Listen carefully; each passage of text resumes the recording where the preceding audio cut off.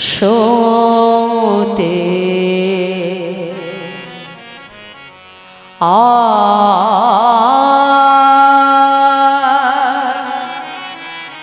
শুতিয়াছে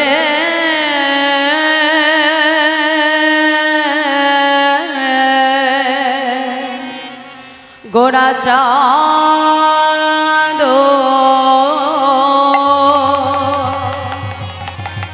ও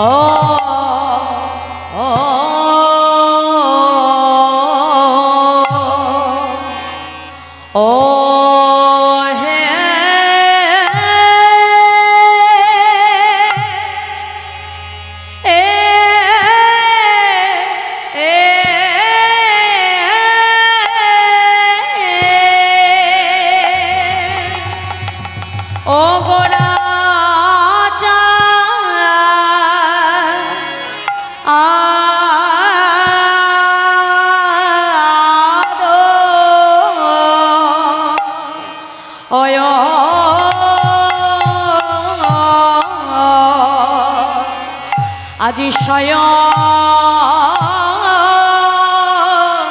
শোভা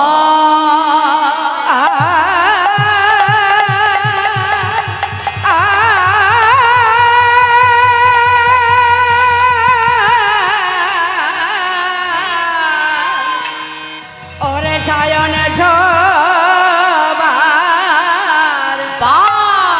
আছে অমরি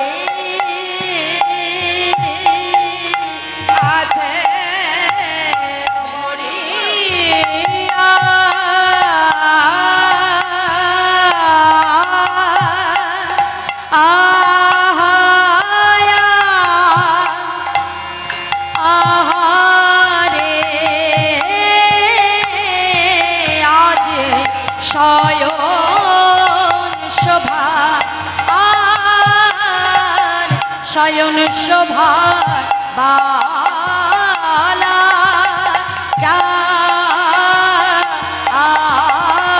রে আহা মরি শুতে আছে অমরি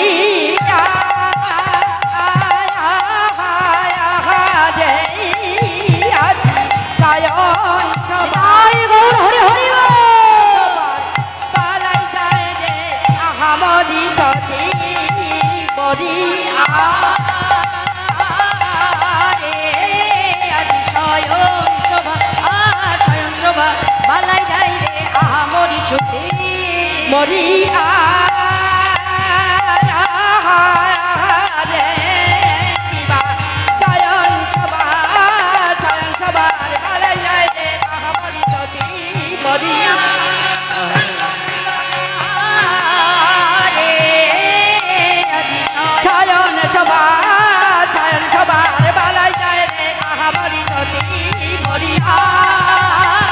রে আজি শয়ন শোভা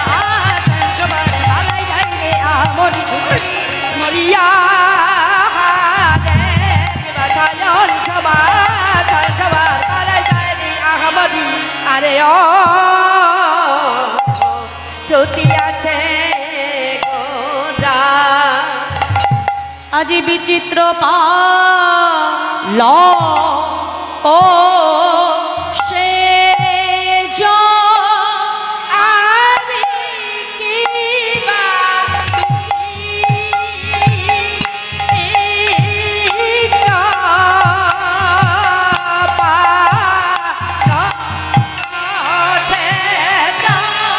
আমি কি বা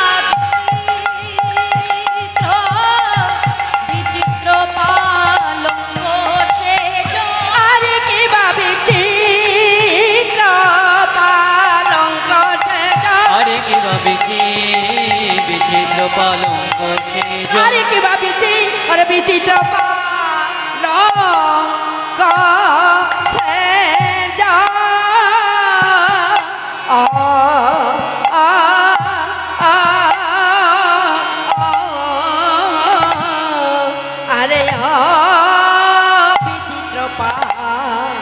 বিচিত্র পালঙ্ক আজি বিচিত্র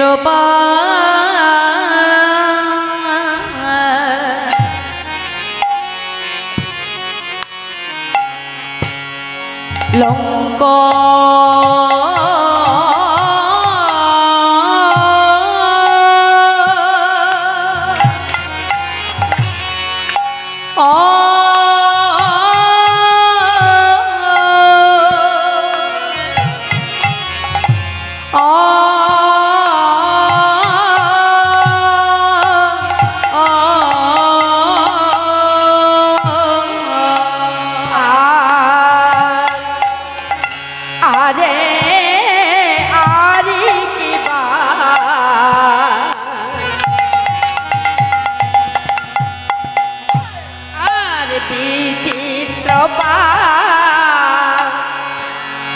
লঙ্ক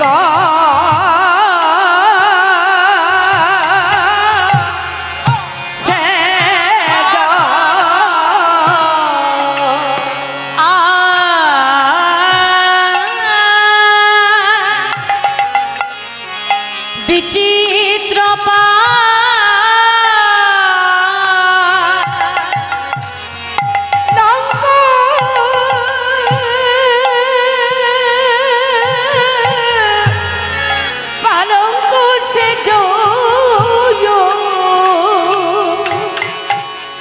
বিচিত্র পালঙ্ক সেজ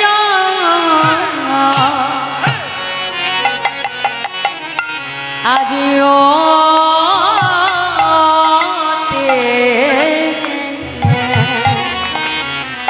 আজি অতি মন হরে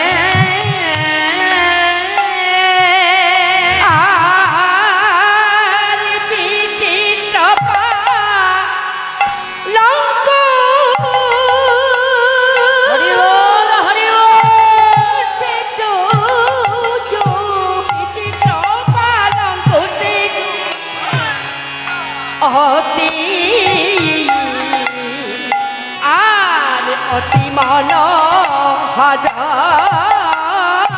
শোভা বালাই যাই রে পালাই যাই রে শোভা বালাই যাই রে শোভার বালাই যাই রে মহাপ্রভু শয়ন শোভা বালাই যাই রে আমার মহাপ্রভু শয়ন শোভা পালাই যাই রে আজ শ্রীবাসয় গণ মাঝে বালাই যাই রে শিবাশয় গণমাঝি পালাই যাই রে বলি আমার আমার গৌর হরি শোভার বালাই যাই রে আমার গৌর শোভার পালাই যায় সপার সাদ সঙ্গে লয়ে শোভার বালাই যায় রে আমার আমার গৌর হরি বাসয়ঙ্গন মাঝে আমার আমার গৌর হরি সেবাশয়াঙ্গিনার হরি হরি সেবাশয়াঙ্গিনার মাঝে স্বয়ং সবার বালাই বলি যায় সেবাশয়াঙ্গিনার মাঝে স্বয়ং সবার বালাই বলি যায় সেবাশয়াঙ্গিনার মাঝে স্বয়ং সবার বালাই যায় রে বালাই যায় রে আজ সতে আছে গোড়া চাদর শয়ন মন্দিরে শয়ন মন্দিরে আজ বিচিত্র পালঙ্ক সেজ অতি মনোহরে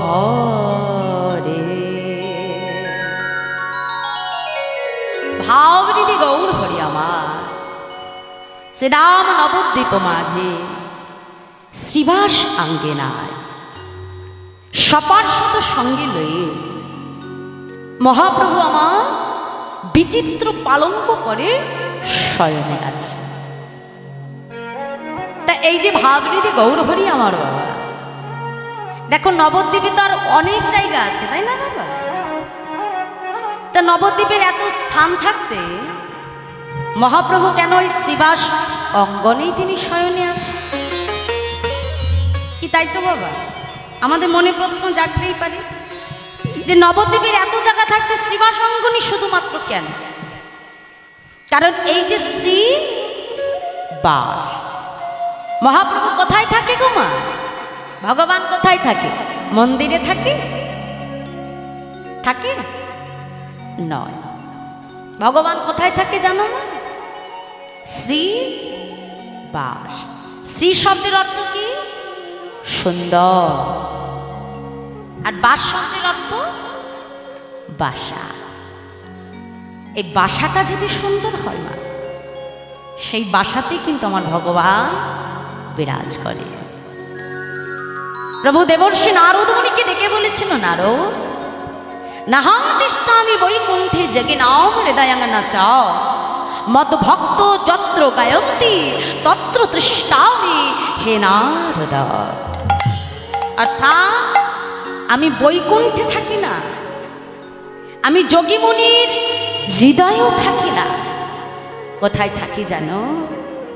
যেখানে আমার ভক্ত সর্বদা আমার গুণাদিগুলো কীর্তন করে, যেখানে আমার ভক্ত হরিনাম করে, আমি আমার সেই ভক্তের হৃদয় মন্দিরে বিরাজ করি।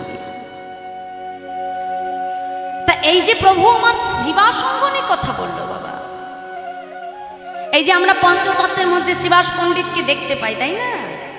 হ্যাঁ, মহাপ্রভু বামে প্রিয় গদাধর, দক্ষিণে নিতাই, তার পাশে আছে শ্রীবাস পণ্ডিত, এদিকে আছে অদ্বৈতাচার্য প্রভু, পঞ্চতত্ত্ব।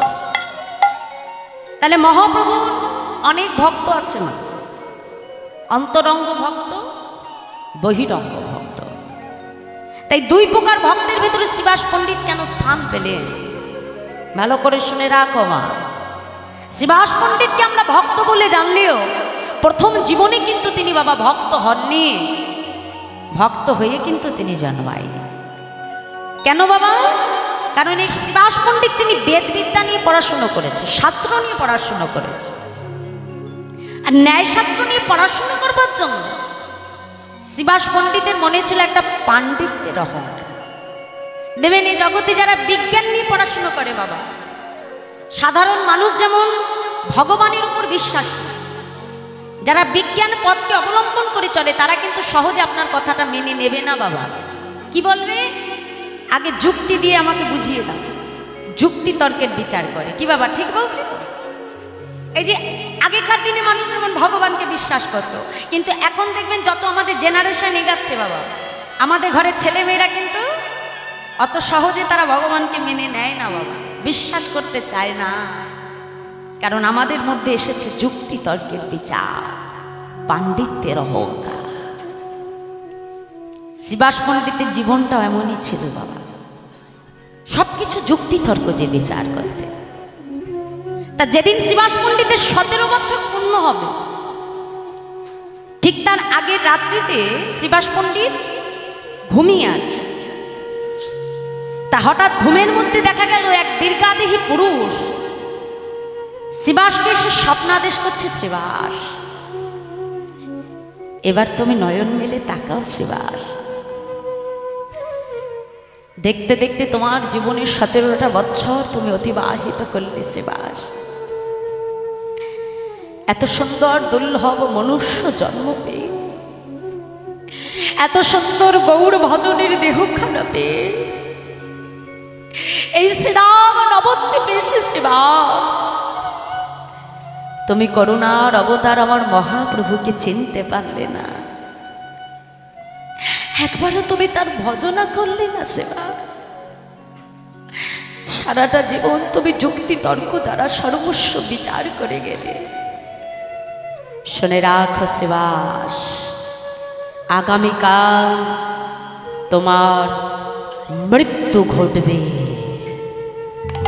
যেই না বলেছে শিবাস পণ্ডিতের ঘুম ভেঙে গেছে বাবা, কারণ এ জগতে কোনো মানুষ যদি একবার জেনে যায় বাবা যে তার মৃত্যু সম্মুখে দাঁড়িয়ে আছে, তার কি আর ঘুম খাওয়া দাওয়া থাকে বাবা? থাকে?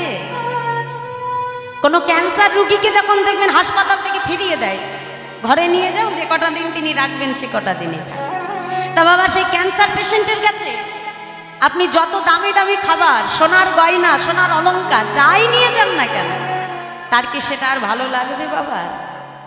কারণ সে জেনে গেছে যে জাগতিক জগতের এই সুখ তার জন্য আর বেশি দিনের নয়, তার জীবন আয়ু সীমিত হয়েছে। আসলে কি জানো মা, এই সংসারে আমাদের ভালোবাসাটা কতক্ষণ বাবা? যতক্ষণ আত্মা কোনো মানুষের দেহের মধ্যে থাকে ততক্ষণই কিন্তু মানুষ এই দেহটাকে ভালোবাসে। কোনো স্বামীর যদি স্ত্রী মারা যায়, সেই স্ত্রীকে 200 বছর মেডিসিন দিয়ে রেখে দেওয়া যায় বাবা, কিন্তু কোনো স্বামী রাখবে তাকে? মারা যাওয়ার পরে কোনো স্বামী রাখবে? 200 বছর যদি বলো যে তোমার পাশে বিছানায় তোমার স্ত্রীকে নিয়ে শো, মেডিসিন মাখিয়ে, থাকবে বাবা? থাকবে না। কেন? মানুষের ভালোবাসা ততক্ষণ যতক্ষণ তার দেহে পরমাত্মা রূপী আমার গোবিন্দ বিরাজ করে। যে প্রেমিকা তোমাকে এত ভালোবাসছে, তোমাকে এক মুহূর্ত না দেখে থাকতে পারে না মা। যখন তোমার দেহ থেকে প্রাণ শক্তিটা চলে যাবে, এগুলো ভাববার বিষয়, এগুলো অনুভব করতে হবে। এটাই আমাদের জাগতিক বাস্তব সত্য মা। এই সত্যকে যতক্ষণ না আমরা হৃদয়ঙ্গম করতে পারবো, হাজার কীর্তন শুনলেও কিন্তু আমাদের হৃদয়ের কোনো পরিবর্তন হবে না মা। ধরো কারণ প্রেমিক তার প্রেমিকাকে খুব ভালোবাসে মা, তাই না? তা সেই প্রেমিকা যখন মারা যাবে, প্রাণটা বেরিয়ে গেল, কিন্তু তার দেহ আছে, হাতের নখ থেকে শুরু করে মাথার চুল থেকে শুরু করে সবই তো আছে মা, কিছুই তো যায়নি। বেঁচে থাকতেও যা ছিল এখনো তাই আছে, তাই না? তা সেই প্রেমিককে বলো তো যে তোমার প্রেমিকাকে তুমি এত ভালোবাসো, হ্যাঁ গো, তোমার প্রেমিকাকে তোমার কাছে তুমি রেখে দাও, তোমার পাশে নিয়ে তুমি রাখো, দেখবে মা তাকে ফেলে দিয়ে ভূত বলে সেখান থেকে পালিয়ে যাবে। কেন যাবে? কারণ তার মধ্যে আর প্রাণ নাই। এই সংসারটা এমনই জায়গা মা, যতক্ষণ পরমাত্মা রূপী গোবিন্দ তোমার মধ্যে বিরাজ করবে, এই সংসারকে যতদিন তুমি দিতে পারবে, সংসারে মানুষগুলোর কাছে তোমার মূল্য থাকবে। কিন্তু যেদিন দেখবে সংসারকে দেওয়ার মতো তোমার কাছে কিচ্ছু নাই, এই সংসারের থেকে, মানুষগুলোর থেকে তুমি আস্তে আস্তে দূরে চলে যাবে। শিবাস পণ্ডিত জানতে পারলো যে তার হাতে আর সময় নাই। প্রভাতে উঠে চিন্তা করছে, দয়াময়, এত সুন্দর এই দুর্লভ মনুষ্য জন্ম পেয়ে, ভজন যোগ্য দেহ পেয়ে, আমি তো তোমাকে চিনতে পারলাম না প্রভু। আজ জানি যে আমার মৃত্যু যোগ, আমার মৃত্যু ঘটবে প্রভু। জীবনে কিছু করি বা না করি, অন্তত মৃত্যুর পূর্বে একবার আমি গঙ্গায় স্নান করে আসি। বলতে তো পারবো মৃত্যুর আগে একবার হলেও আমি সুরধ্বনি গঙ্গায় স্নান করেছি। পতিত পাবনী গঙ্গায় আজকে শ্রীবাস পণ্ডিত স্নান করতে গেলেন বাবা। স্নান করে যখন ফিরে আসছে, পথের ধারে একজন বৈষ্ণব বাবাজি, যার নাম দেবানন্দ পণ্ডিত, তার আশ্রমে অগণিত ভক্তকে নিয়ে তিনি হরি কথা কৃষ্ণ কথা সাধন করাচ্ছে। দেখো বাবা, এই যে হরিনাম শ্রবণে কি গুণ, হরিনাম শুনলে জীবের কি হয়, কি মঙ্গল হয় বাবা। দেখো এখানে শাস্ত্র আমাদেরকে প্রমাণ দিয়ে গেছে, এগুলো আমার মুখের কথা নয়, সব শাস্ত্রের কথা বাবা। মনে মনে চিন্তা করছে আজ তো আমার মৃত্যু ঘটবে, কে জানে কোন মুহূর্তে আমাকে চলে যেতে হবে, আমি জানি না।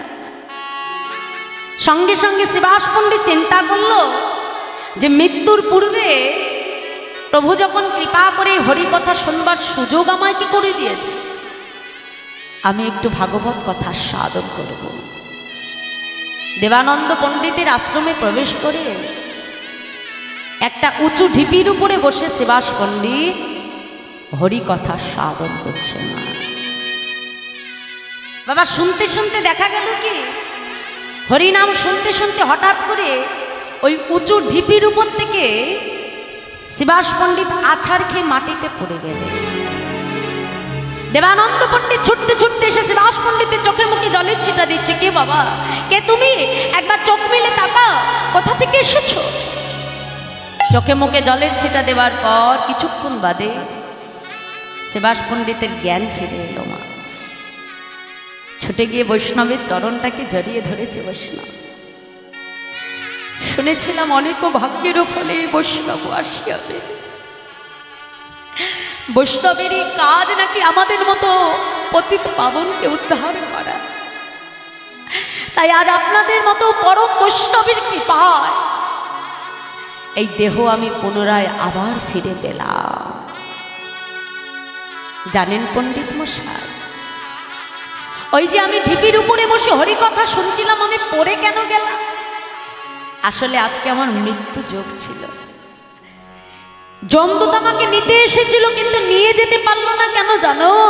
যেহেতু আমি হরি কথা শুনছিলাম, তাই হরি বাসনের মধ্যে নিয়ে যাওয়ার অধিকার তার নাই। তাই গৌর হরি হরি বল, হরি বল।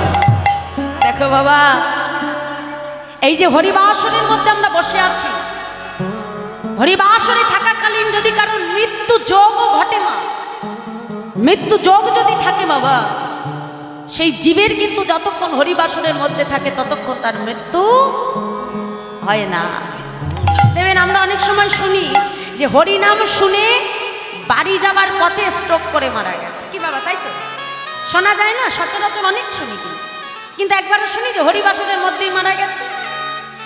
শুনি বাবা, যদি কেউ যেতে পারে তার পরম ভাগ্য, কিন্তু এই হরিবাসনের মধ্যে থাকলে মৃত্যুকে পর্যন্ত জয় করা যায়, যে জয়টা 17 বছর বয়সে করে নিয়েছিলেন শ্রীবাস পণ্ডিত।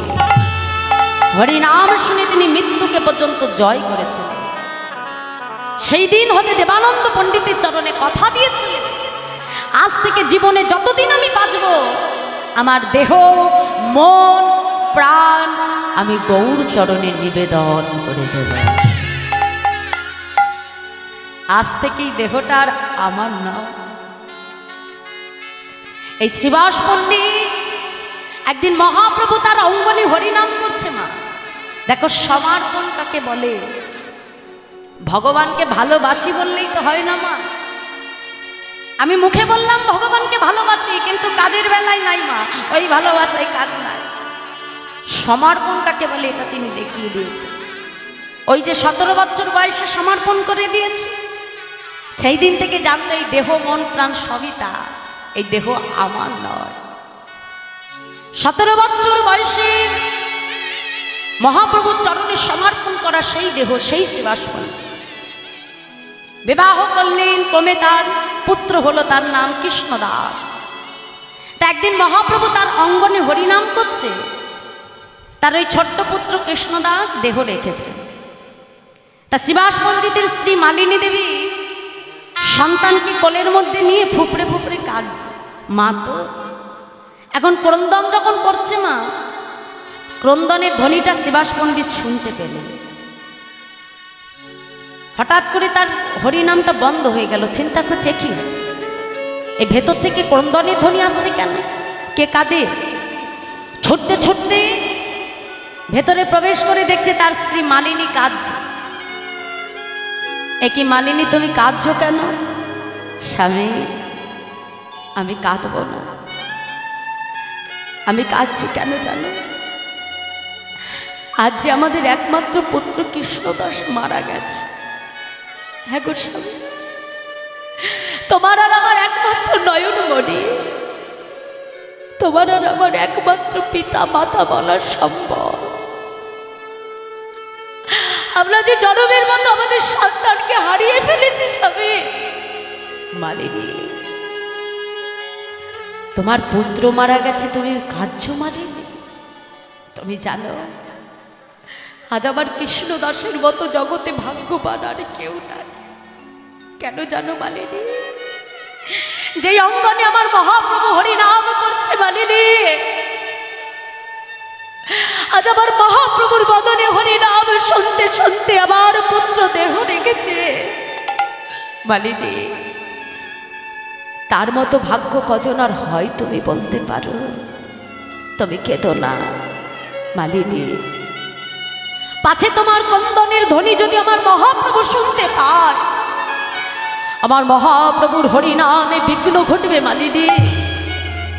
আর আজ যদি আমার মহাপ্রভুর নামে বিঘ্ন ঘটে, আজ যেমন করে তোমার পুত্রকে তুমি হারিয়েছ, আজ তেমন করে তোমার স্বামীকেও তুমি হারিয়ে ফেলবে মালিনী। শান্ত হও।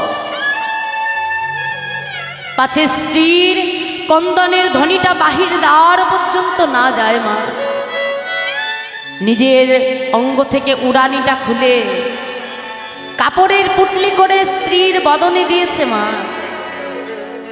ফিরে এসে আবার হরিনামে মত্ত হয়ে গেলে, কিন্তু ভগবান তো অন্তর্যামী, সবই জানে। হঠাৎ করে শ্রীবাসকে ডেকে বলছে, শ্রীবাস, হ্যাঁ গো, তোমার অঙ্গনে আমি এতদিন ধরে হরিনাম করি শ্রীবাস। জানো শ্রীবাস, আজ আমি তোমার অঙ্গনে হরিনাম করে কোনো সুখ পাচ্ছি না। হ্যাঁ গো শ্রীবাস, তোমার অঙ্গনে কি কোনো অমঙ্গল হয়েছে? শ্রীবাস পণ্ডিত থাকতে না পেরে গৌর হরির চরণটা জড়িয়ে ধরে, দয়াবর, যেই অঙ্গনে আমার মহাপ্রভু হরিনাম করে, যেই ঘরে আমার মহাপ্রভু বিরাজ করে দয়াবর, সেই সংসারের কি কখনো কোনো অমঙ্গল হতে পারে? দয়াবর, না না, আমার ঘরে কোনো অমঙ্গল হয়নি গৌর হরি। পাশ থেকে এক ভক্ত ছুটতে ছুটতে এসে বলছে, প্রভু, কিছুক্ষণ পূর্বে শ্রীবাস পণ্ডিতের একমাত্র পুত্র কৃষ্ণদাস দেহ রেখেছে। যেই না বলেছে শ্রীবাস পণ্ডিতের পুত্র মারা গেছে, মহাপ্রভু শ্রবণ করে ছুটতে ছুটতে ঘরের মধ্যে এসে দেখে যে তার স্ত্রী মালিনী দেবী ফুপড়ে ফুপড়ে কাঁদে। ছুটে গিয়ে মায়ের মুখ থেকে উড়নিটা সরিয়ে দিয়েছে। আর যেই না সরিয়ে দিয়েছে, সন্তান হারা মা তো ছুটে এসে গৌর হরির চরণটা জড়িয়ে ধরেছে। দয়াবর, এ জগতে সবাই বলে তুমি নাকি বাঞ্ছা কল্পতরু, এ জগতে সবাই বলে তুমি নাকি ভক্তের ভগবান। দয়াবর, যদি তুমি ভক্তের বাঞ্ছা পূর্ণ করে থাকো প্রভু, আজ এক মা তোমার কাছে তার সন্তানের প্রাণ ভিক্ষা চাইছে।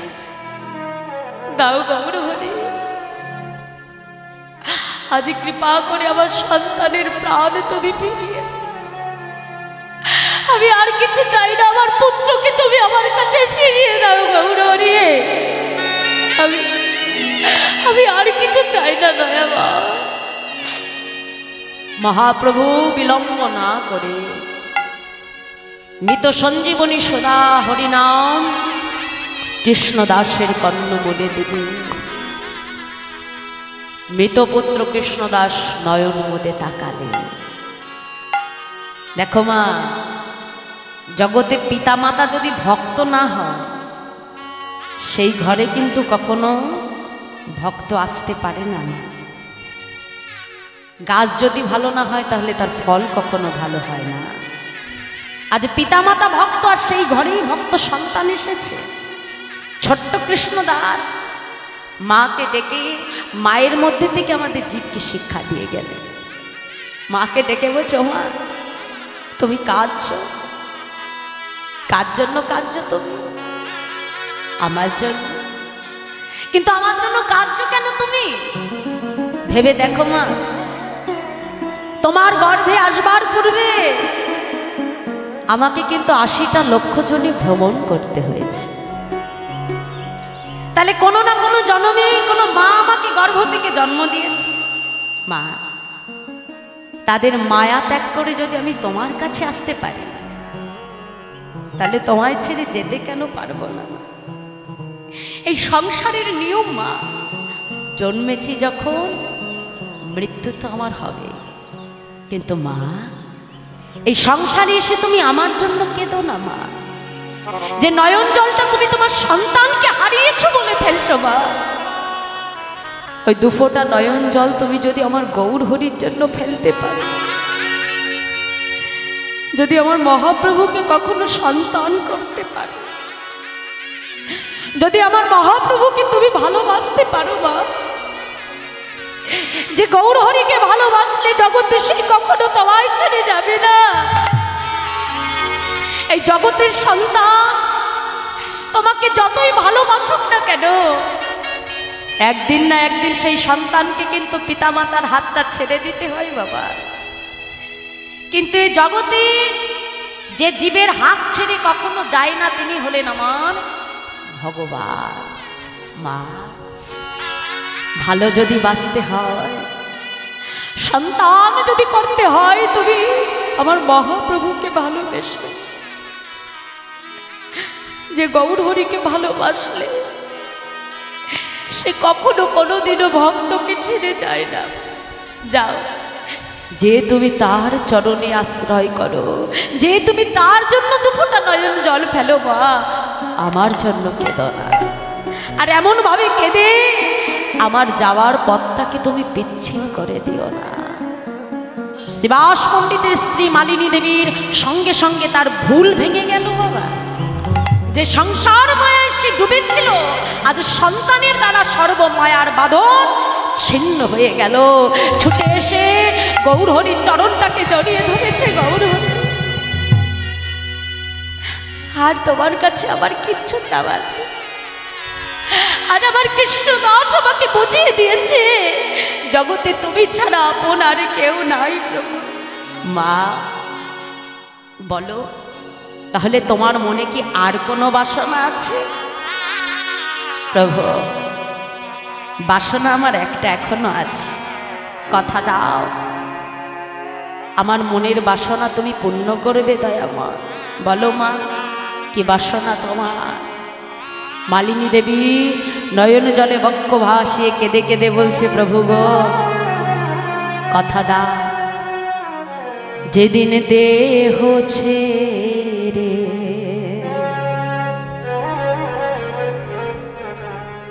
যাবে উড়ে,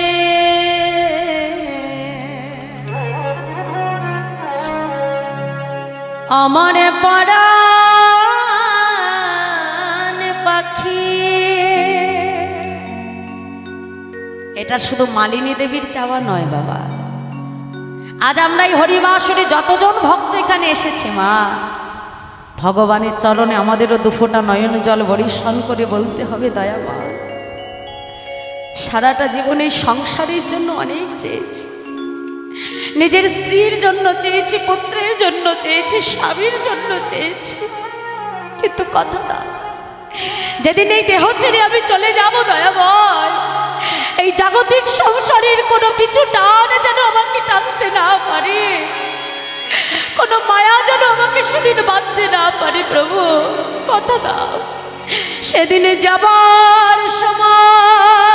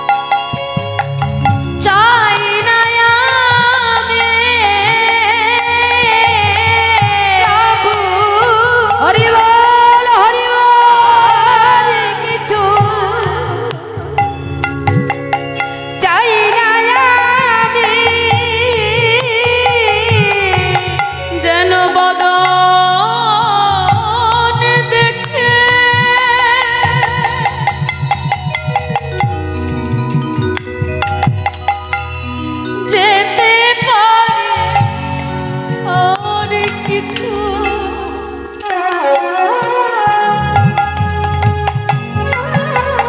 চাই না আমি সেদিন বাদা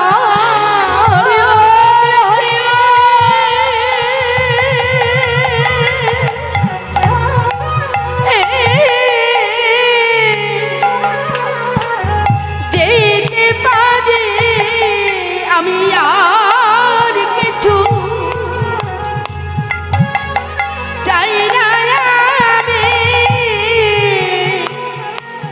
নাম গাইতে গাইতে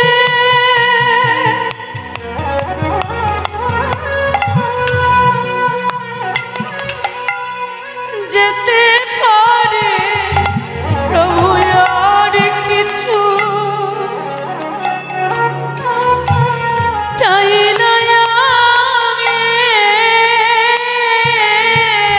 নাম গাইতে গাইতে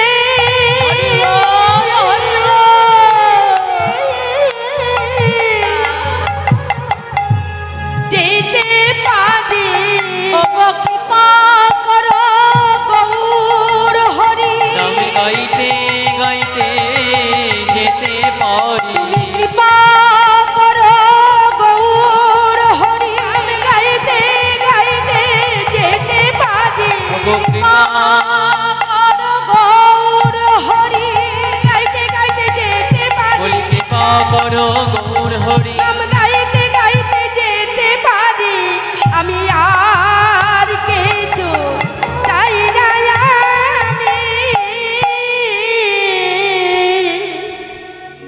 মালিনী দেবীকে প্রভু ডেকে বলল, মা এ জগতে ভক্ত আমার কাছে যা চায় আমি তাকে তাই দিই। ভগবান যে ভক্ত বাঞ্ছা কল্প করো, ভগবানের কাছে যার চাওয়াটা যেমন হবে ভগবান বাসনাটাও কিন্তু তার তেমনই পূর্ণ করবে। তাই সেই শ্রীবাস পণ্ডিতের অঙ্গনেই মহাপ্রভু বাধা থাকতেন। কেন মা? যে শ্রীবাস পণ্ডিতের পুত্রের মৃত্যুর পর্যন্ত, সন্তানের মৃত্যু পর্যন্ত তাকে তার ধর্ম থেকে, তাকে তার হরিনামের পথ থেকে সরিয়ে আনতে পারেনি মা। কেন? জাগতিক জগৎটাকে সে আপন বলে মনে করেনি, ভগবানের চরণে নিজেকে সমর্পণ করে দিয়েছে সেই শ্রীবাস পণ্ডিত। তাই আজ বলছি শ্রীবাস অঙ্গনে আমার, আজকে বলছি সতী আছে গোড়াচদ শয়ন মন্দিরে বিচিত্র পালঙ্ক সেজ অতি মনোহরে। সে শ্রীবাস অঙ্গন মাঝি বিচিত্র পালঙ্ক পরে আমার মহাপ্রভু ঘুমিয়ে আছে। তা কেমন হয়েছে সেই শয়ন মাধুরী? আজ বৈষ্ণব মহাজন বলছে, দেখো দেখো আজ অলসে বসতনো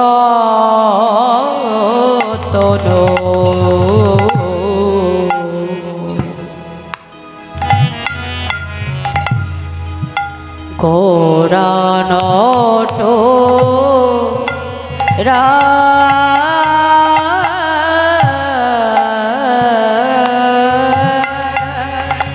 আর অলসে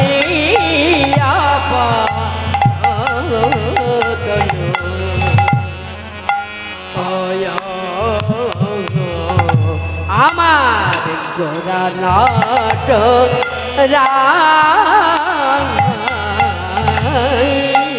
আরে কি কহব সেনা শোভা, বলি কি কহব সেনা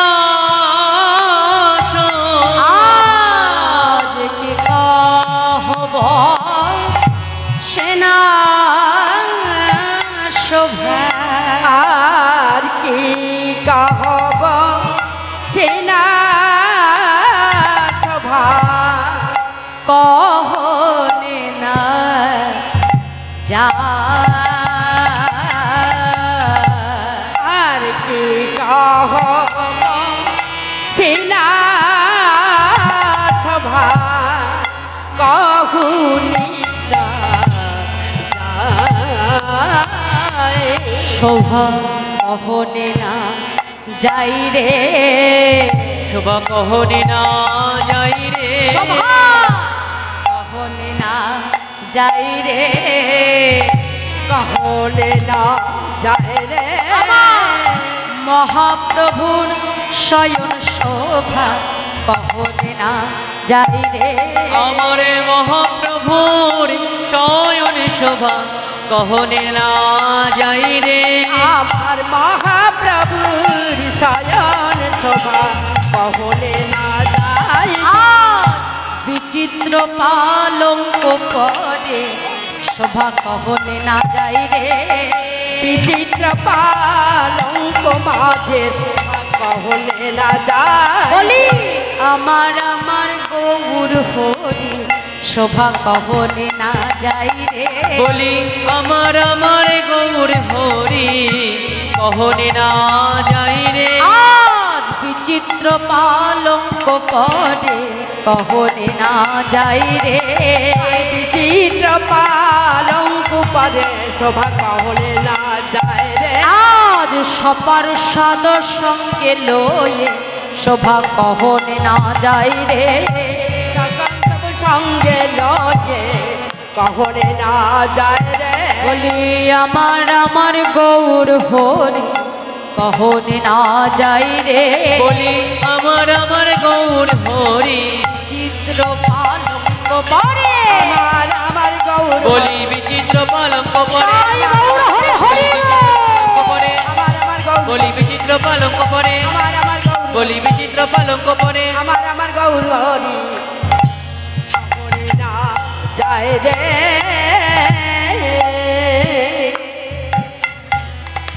অলসে অবশ্য তনু গোড়া নটরা, কি কহ বসে না শোভা কহনে না যায়।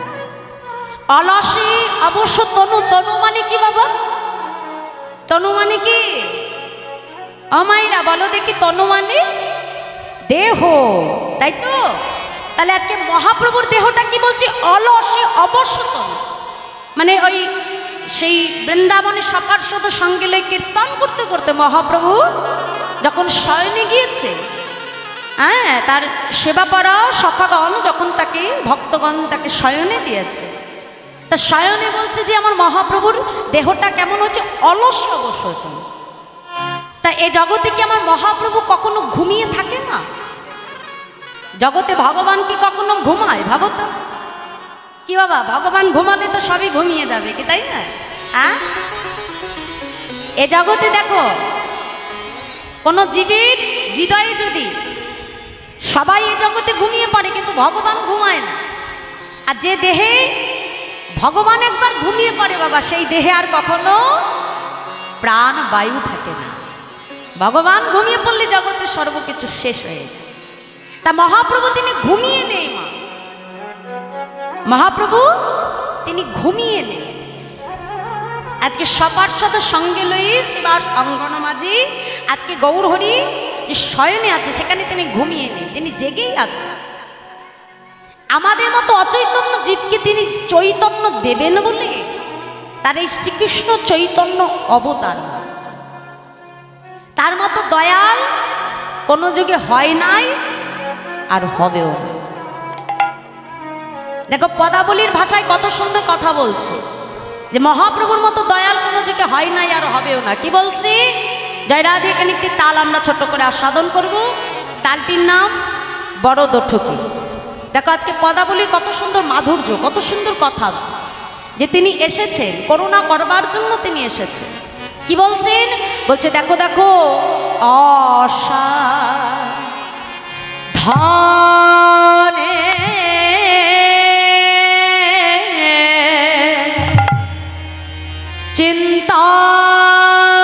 চিন্তামণি আমার বিধি মিলায়লো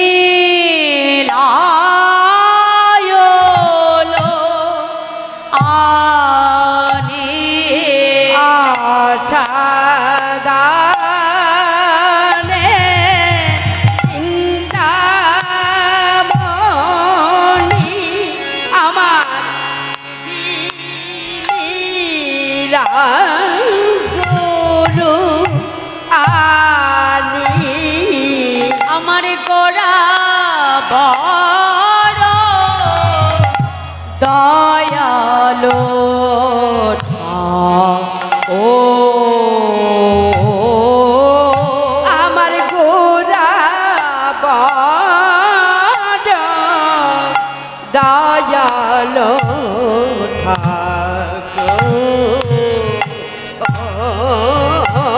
কোন সাধন ভজন লাগলো না রে কোন সাধন ভাজন লাগিল না রে তারে অসাধনে পাওয়া গেল সাধন ভজন লাগিল না রে অসাধনে পাওয়া গেল কোন সাধন ভাজন লাগিল না রে অসাধনে পাওয়া গেল সাধন ভজন লাগিল না রে হরি হরি